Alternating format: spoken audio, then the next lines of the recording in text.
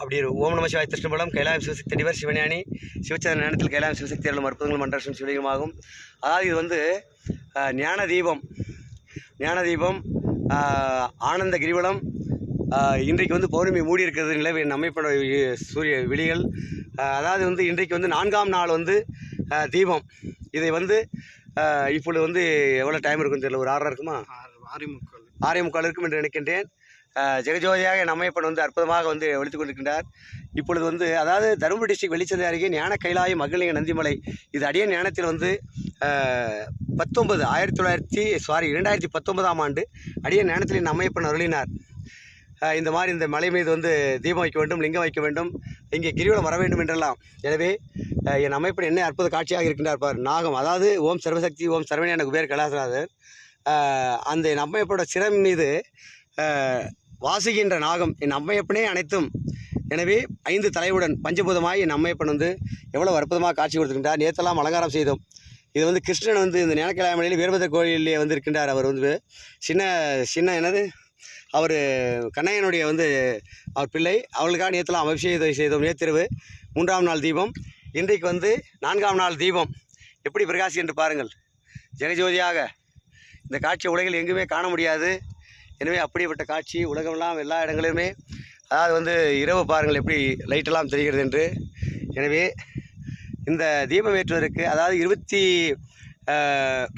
வந்து முதல் தீபம், 27 2வது தீபம், 27 வந்து கிரிவலமும் முடித்து விட்டோம். தீபம் முடித்து விட்டு 28 நேற்று வந்து நேற்று இரவு தீபம் ஏற்றி விட்டு அபிஷேகம் எல்லாம் செய்து விட்டோம். ஐயப்பன் கோயில் வந்து பக்தர்கள் வந்து வெளிச்சந்தையிலேருந்து நம்ம இரும்பு கடை சிவாவுடைய தம்பி வந்திருந்தார் சிவகுரு.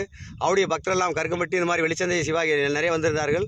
அந்த இரும்பு கடைக்காரர் வெல்டிங் கடைக்காரர் வந்து சிவா கடைக்கு முன்பாக வெல்டிங் கடை அனுமதி ரோட்லேயே அவரும் வந்திருந்தார். மற்றெல்லாம் பக்தர்லாம் நிறைய வந்திருந்தார்கள்.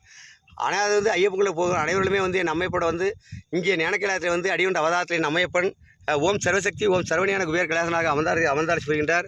எனவே இங்கே வந்து பூஜை செய்துவிட்டு அனைவருமே வந்து ஐயப்பன் ஆளை செல்லுங்கள். உங்களுக்கு எந்த இடையூறு இல்லாமல் என் அம்மையப்பன் வந்து அந்த ஐயப்பன் அவதாரத்துக்குள்ளே என் அம்மையப்பன் அருள் புரிவார்கள்.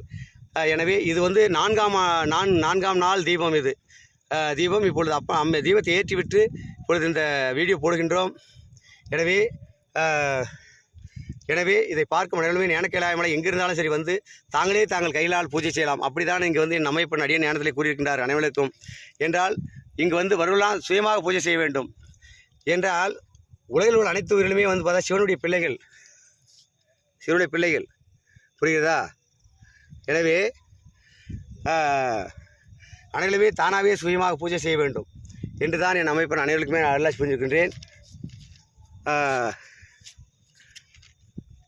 இங்கே பல பிரச்சனை லைட்டு இல்லை எங்கள் மேலே. அதனால் கேமரா வந்து பார்த்தாக்க தெரியாது, பிடிக்கிறதுக்கு வந்து ஆளுங்களுக்கெல்லாம் சொல்லி மேனேஜ் பண்ணிட்டுருக்கிறேன். எனவே அவ்வளோ பிரச்சனை இருக்குது.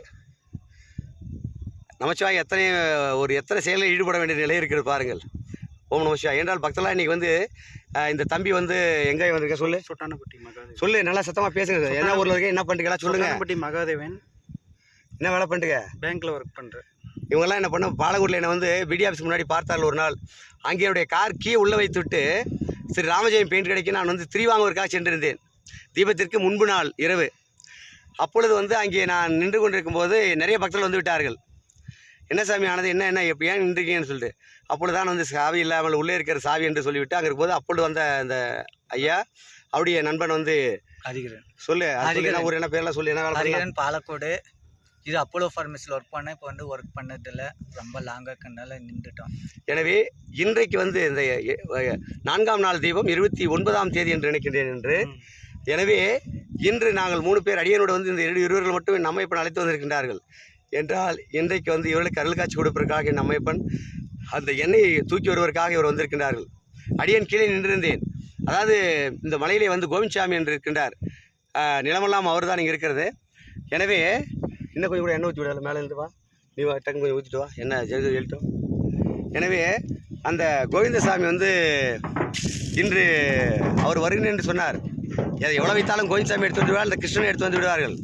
அந்த கீழே கண்ணையனுடைய ஆட்கள் கொஞ்சமா என்ன தண்ணி ஊற்றிட்டியா? தண்ணி எடுத்து ஊற்றிட்டியாப்பா, நீ என்னப்பா ஆள் வந்துட்டு எண்ணெய் ஊற்றி டக்குன்னு ஊற்றா. அழைச்சி